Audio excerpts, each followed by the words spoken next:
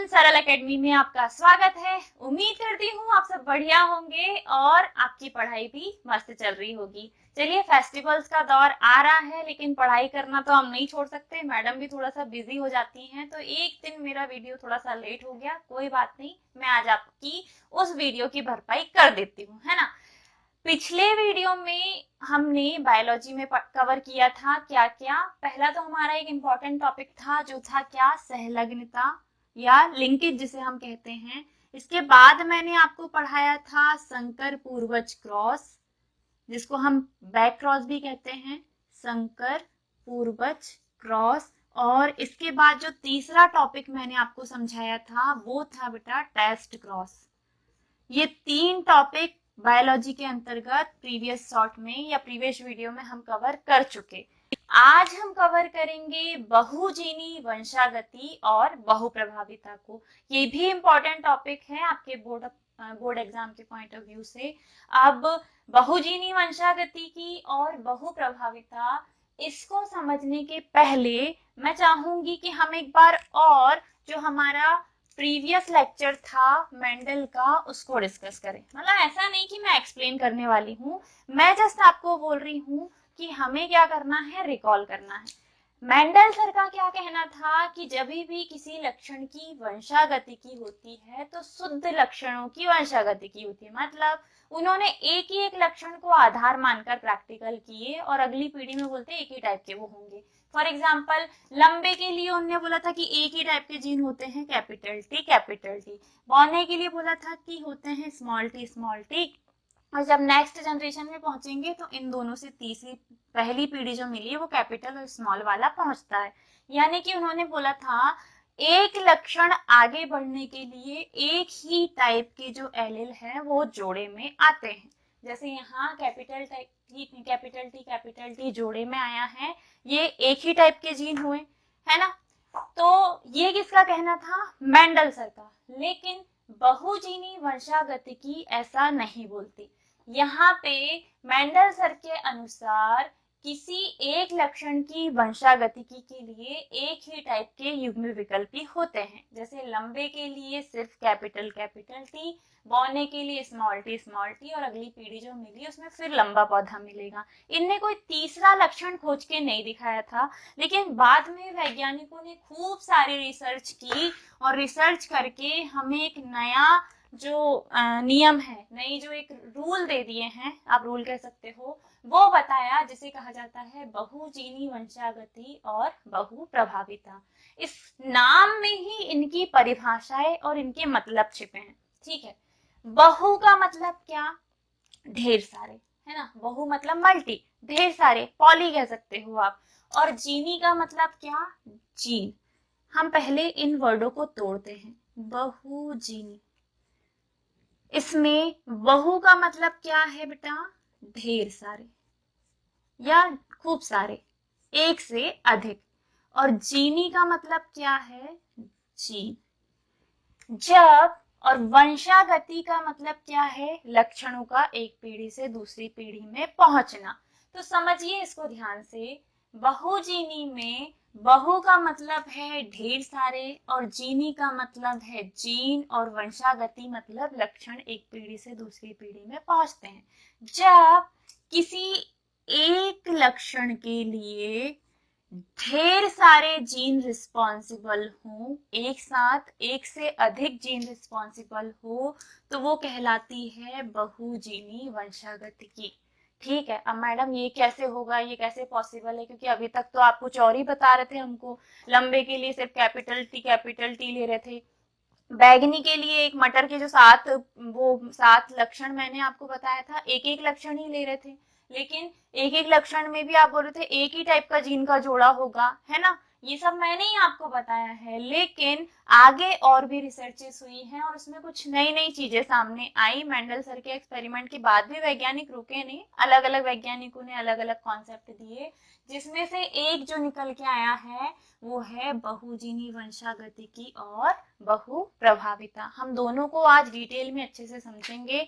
मेरा पूरा प्रयास रहेगा कि आपको ये टॉपिक ना एकदम स्मूथली अच्छे से समझ में आए, और आगे जब आप समझ जाओ तो बिना देखे के बिना रटे आप एग्जाम में लिख पाओ, ऐसे का ऐसा। तो एक बार फिर से मैं आपको बता दूं बेटा इसकी डेफिनेशन, किसकी, बहुजीनी वंशागति की।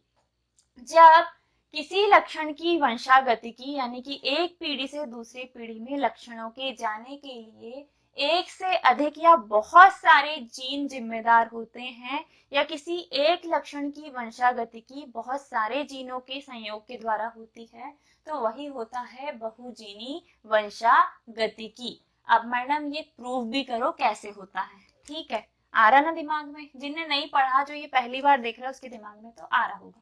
फॉर एग्जाम्पल, मनुष्य की त्वचा का रंग, त्वचा का रंग, हमारी जो स्किन कलर है, क्या वो सिर्फ काला या सिर्फ गोरा होता है? मतलब ऐसा देखा है कि सिर्फ अफ्रीकन और सिर्फ अमेरिकन लोग हैं? हम हिंदुस्तानी भी तो हैं यार, बीच का रंग लिए हुए, है ना। त्वचा का जो रंग है वो सिर्फ काला या सिर्फ गोरा नहीं होता, बीच के भी बहुत सारे शेड्स आपको देखने को मिलते हैं। किसी का रंग दबा हुआ, किसी का गेहुआ है, कोई थोड़ा सा गोरे से भी थोड़ा कम है, कोई एकदम काला है, कोई थोड़ा कम काला है, मतलब ऐसे आपको अलग अलग टाइप के स्किन टोन देखने को मिलते हैं ना, बहुत सारे।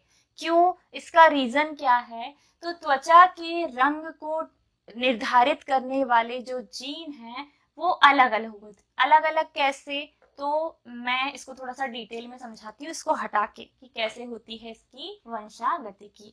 मैंने क्या बताया कि हमारी जो त्वचा का रंग है उसको बनाने के लिए ढेर सारे जीन रिस्पॉन्सिबल होते हैं, ठीक है। फॉर एग्जाम्पल, मैं लिख के वैसे ही चलूंगी, ठीक है। त्वचा का रंग किसके अंतर्गत पढ़ रहे हैं हम? बहुजीनी वंशागतिकी के अंतर्गत। अगर काला रंग बनाना है तो जीन कौन से हैं, और गोरा रंग बनाना है तो जीन कौन से हैं? काले रंग के लिए जो जीन जिम्मेदार होते हैं वो होते हैं कैपिटल ए, कैपिटल बी और कैपिटल सी। ठीक इसी प्रकार जो गोरा रंग है उसके लिए जो जीन होते हैं वो होते हैं स्मॉल ए, स्मॉल बी और स्मॉल सी। नया मिला ना ये, अभी तक तो capital T, capital R, small T, ऐसे हम एक ही एक टाइप का जोड़ा देख रहे थे, लेकिन यहाँ पर 3 अलग अलग जोड़े आपको देखने को मिल रहे हैं, है ना। काले रंग के लिए ए साथ में आया, बी साथ में आया, सी साथ में आया, तीनों कैसे हैं? कैपिटल हैं। और गोरे रंग के लिए ए बी सी तीनों साथ में आए हैं, लेकिन तीनों कैसे हैं? स्मॉल हैं। अगर ये वाला जीन है पूरी तरह किसी व्यक्ति में तो वो प्योर काला होगा, ठीक है। लेकिन अगर ये वाले जीन है तो वो एकदम वाइट, एकदम दूध के जैसा गोरा होगा, अच्छा गोरा, है ना। तो अगर मैं कहूं कि इसके जब युग्मक बनेंगे, किसके? काले वाले व्यक्ति के, तो सारे जीन जोड़े से हट जाएंगे। जोड़े से हट गए तो कैपिटल ए वाला अकेला हो गया, कैपिटल बी वाला अकेला और कैपिटल सी वाला भी अकेला। ठीक इसी प्रकार इस तरफ करें तो इसका जब युग्मक बनेगा इसे हम बोलेंगे इनके युग्मक जनन, युग्मक जनन, ठीक है। ये इसके युग्मक है और इसके वाले क्या होंगे? स्मॉल ए, स्मॉल बी और स्मॉल सी। जब इन दोनों की शादी करवा दिए, यानी कि इन दोनों की अगली पीढ़ी आएगी तो कैसी आएगी? कैपिटल ए के साथ आ जाएगा स्मॉल ए, कैपिटल बी के साथ आ जाएगा स्मॉल बी, कैपिटल सी के साथ आ जाएगा स्मॉल सी। इस प्रकार ये जो फर्स्ट जनरेशन मिलेगी इसका कलर बीच का होगा, जिसे हम कहते हैं गेहुआ रंग, ठीक है। मिड कलर जो होता है ना वो काला होता है व्यक्ति, ना गोरा होता है, वो होता है गेहुआ, जैसे कि हम हैं, ठीक है। हम इंडियंस की स्किन ना तो एकदम काली है ना एकदम गोरी है, हम किस किस कलर के हैं? गेहुए कलर के हैं। तो बहुजीनी वंशागतिकी का मतलब ये है कि जब एक लक्षण, त्वचा का रंग एक प्रकार का लक्षण है, जब एक लक्षण की वंशागति के लिए अनेक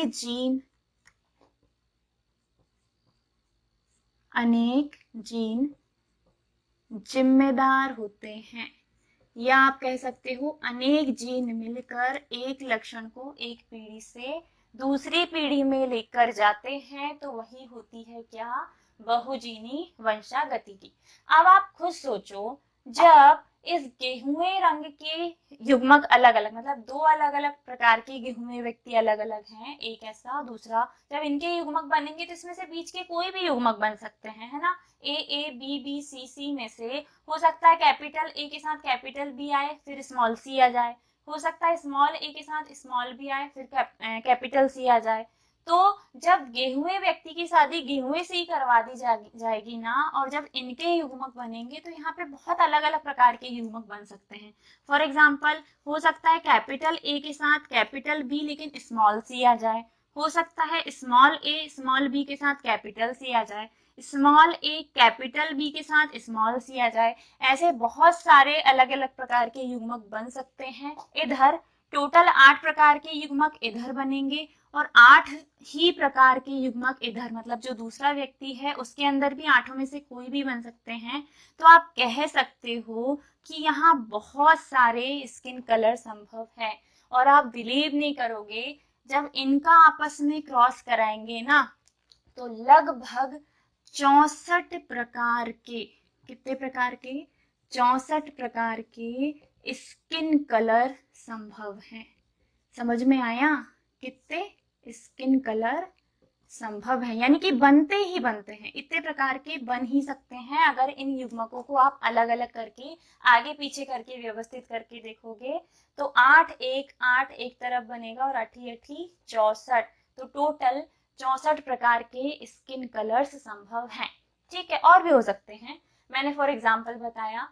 आई होप आपको बहुजीनी वंशागति की यहाँ तक समझ में आ गई। कोई डाउट हो तो कमेंट करके बिल्कुल आप क्वेश्चन कर सकते हो। तो ये आप कह सकते हो अपवाद है किसका, मेंडल के नियमों का। हालांकि हमने विचलन के अंतर्गत अपूर्ण प्रभाविता और सह प्रभाविता भी समझे हैं, वहां पे भी हमें मेंडलवाद से विचलन देखने को मिला, लेकिन आज एक और नया अपवाद आपको मिल गया। हालांकि इसे आप अपवाद के नाम से नहीं पढ़ेंगे, आपका अलग ही टॉपिक है कि बहुजीनी वंशागति की क्या होता है। तो यहाँ तक की कहानी क्लियर हो गई।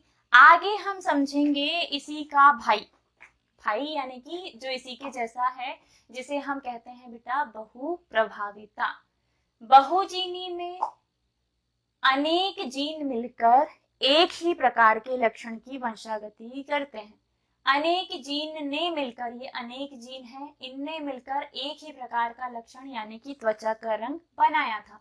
पता है, इसका उल्टा ही है बहुप्रभाविता। अब मैं समझाती हूँ कि बहुप्रभाविता है क्या, आप इसका स्क्रीनशॉट ले लो, काम आएगा।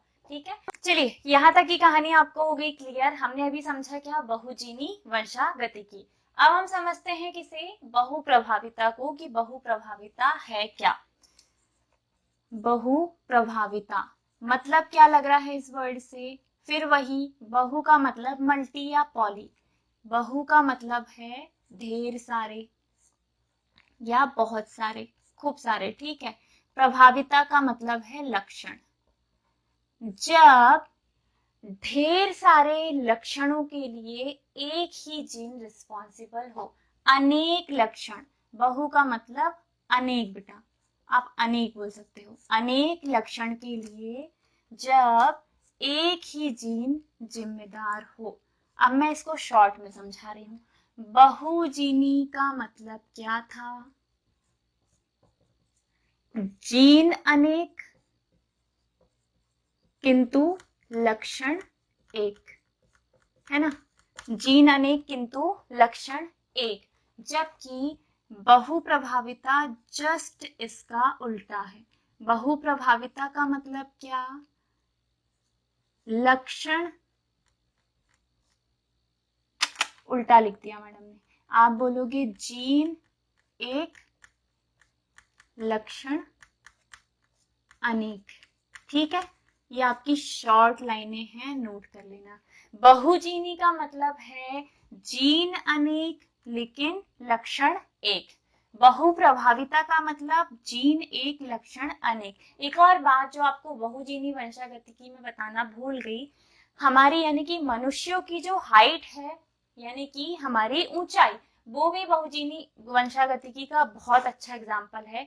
क्या आपको सिर्फ लंबे या सिर्फ बौने व्यक्ति मिलते हैं? नहीं मैडम, कोई होता है 3 फीट का, कोई 4 फीट का, कोई 4.5, कोई 5, कोई 6। तो मनुष्य की जो हाइट है ना वो भी कैसी है, अलग अलग है। क्यों? क्योंकि उसके लिए जो जीन आए होंगे वो भी कैसे होंगे, अलग अलग, अनेक आए होंगे। तो आप कह सकते हो बहुजीनी वंशागतिकी में आपको 2 एग्जाम्पल मिल गए, एक हमारी हाइट और दूसरा हमारी त्वचा का रंग। और उनके लिए जीनों की वंशागतिकी कैसे होती है वो मैंने अभी आपको बता दिया था। ठीक है, अब हम समझ रहे हैं इसको, बहुप्रभाविता को। और बहुप्रभाविता का मतलब है जीन एक लक्षण अनेक। ठीक है, जब एक लक्षण बनाने के लिए, बहुप्रभाविता जीन एक लक्षण अनेक। ठीक है, जब एक लक्षण, में डेफिनेशन ही लिख देती हूँ ना और फिर इसको समझा भी दूंगी कि इसका एग्जाम्पल क्या है। जनरली इसमें आपको बीमारियां ही पढ़ने को मिलेगी। जब एक जीन अनेक लक्षण प्रदर्शित करता है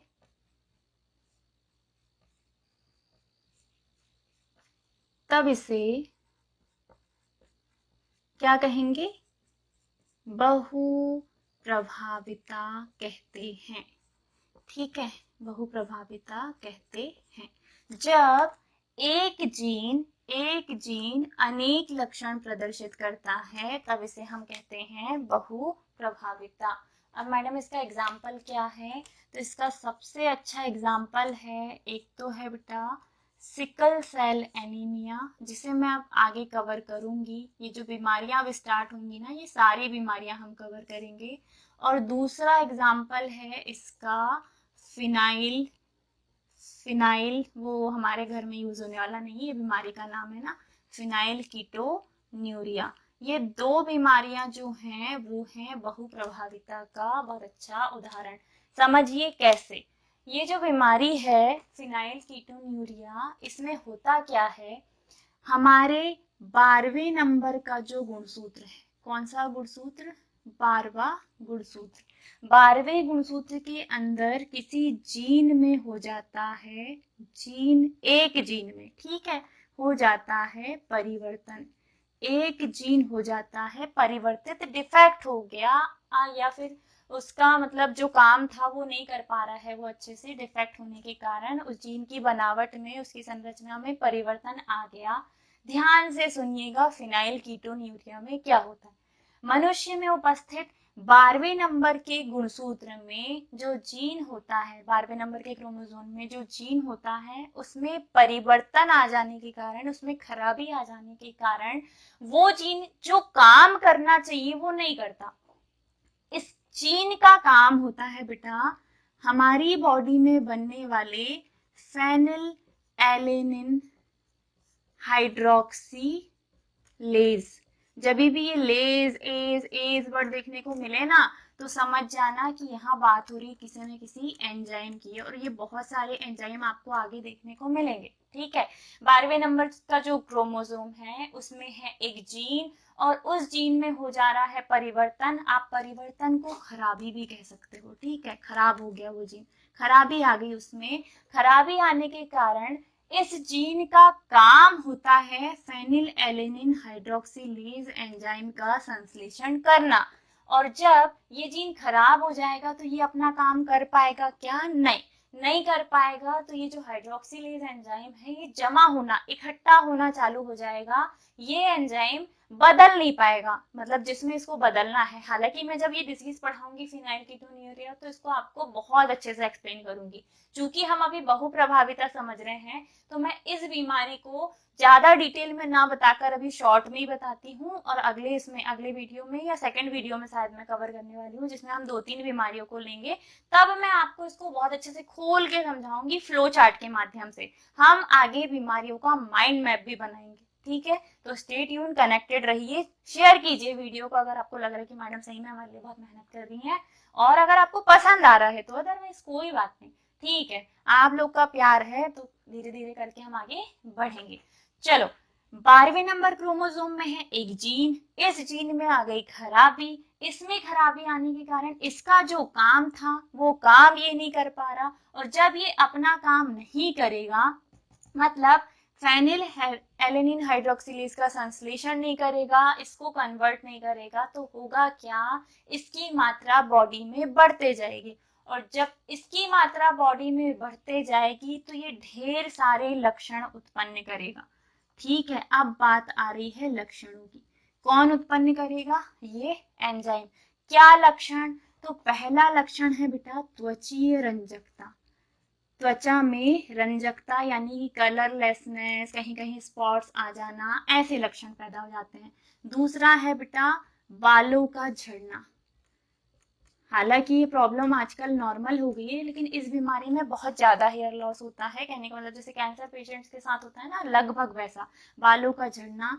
तीसरा मंद बुद्धिता। मंद बुद्धिता मतलब पता है ना, दिमाग सही से काम नहीं कर रहा, थोड़ी सी उसका मेंटल बैलेंस हिल गया है वैसे। तो देखो, एक जीन में खराबी आई थी, लेकिन उसके कारण कितने सारे लक्षण उत्पन्न हो गए। त्वचा में रंजकता आ गई, उसके बाद बालों का झड़ना स्टार्ट हो गया, मंद बुद्धिता आ गई, इतने सारे लक्षण। जब एक जीन अनेक लक्षणों को प्रदर्शित करता है तब इसे ही कहा जाता है क्या? बहु प्रभाविता। समझ आ गया? मैं एक बार फिर दोनों को रिपीट कर दे रही हूँ। ये वाला इतना जो मैंने कहानी बताई आपको, ये एक बार और रिपीट करके देख लेना, क्योंकि ये इंपॉर्टेंट है एज बहु प्रभाविता के एग्जाम्पल के दृष्टिकोण से भी, और आगे जाके आपको चूंकि बीमारी के रूप में ये मिलेगा ही, तो आपको वहाँ टिप्पणी के रूप में पूछ लेगा कि निम्न पर टिप्पणी लिखिए। एक रहेगी आपकी सिकल सेल एनीमिया और दूसरी रहेगी फिनाइल कीटोन्यूरिया।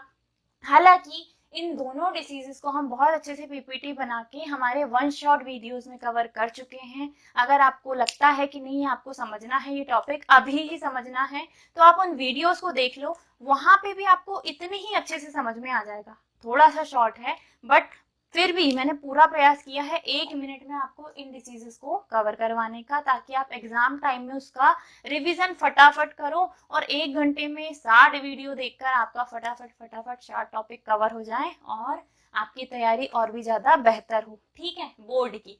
आज हमने क्या क्या समझा? बहुजीनी वंशागतिकी और बहुप्रभाविता। अगले वीडियो में हम उत्परिवर्तन को कवर करेंगे, उत्परिवर्तन के प्रकारों को विथ डिटेल। अभी मैंने उस पर शॉर्ट बनाया था, लेकिन अब मैं उसको डिटेल में एक्सप्लेन करूंगी बायोलॉजी वीडियो में।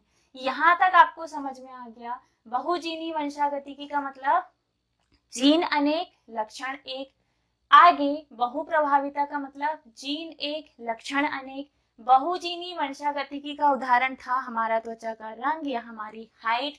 बहुप्रभाविता का एग्जाम्पल है सिकल सेल एनीमिया एवं फिनाइल कीटोन्यूरिया। आई होप आज जो मैंने ये 2 इंपॉर्टेंट टॉपिक आपको समझाए हैं, आपको बहुत अच्छे से समझ में आए हैं। काफी कम समय में मैंने इन दोनों टॉपिक को आपको समझाने का प्रयास किया है। फिर भी अगर कहीं कोई डाउट हो तो कमेंट सेक्शन खाली है, बिल्कुल आप कमेंट करके अपने क्वेश्चन कर सकते हो। इंस्टाग्राम पे हमसे जुड़िए, वहां पे भी आप अपने क्वेश्चन डाउट्स भेज सकते हैं हमें, कोई दिक्कत नहीं, जब भी हमें टाइम मिलता है। हमारा पूरा प्रयास होता है आपके डाउट्स को दूर करने का या आपसे कनेक्ट करने का। व्हाट्सएप चैनल भी हमने बनाया है, आप वहां पे भी जाके हमें फॉलो कर सकते हैं। वहां पे भी हम अपने नोट्स डेली की जो प्रैक्टिसेस होती हैं वो डालते रहते हैं, हमारे ऑफलाइन बच्चों के लिए भी और ऑनलाइन वालों के लिए भी। ठीक है, अगर आपको वीडियो पसंद आया हो तो प्लीज लाइक कीजिए, शेयर कीजिए। सब्सक्राइब तो कर ही लिया है, दोस्तों को भी सब्सक्राइब करवाओ, जितना ज्यादा से ज्यादा हो सके शेयर करो। और अगर फाइनेंशियली कैपेबल हो तो प्लीज सपोर्ट करो, ताकि हम थोड़ा सा और अपडेट हो जाएं और आपको जल्दी जल्दी से वीडियोस मिलने लगे, क्योंकि बोर्ड एग्जाम आ रहे हैं और हमें थोड़ा सा फास्ट एनअप होना पड़ेगा, है ना, सिलेबस बहुत पीछे है। तो मिलते हैं अगले वीडियो में। राधे राधे।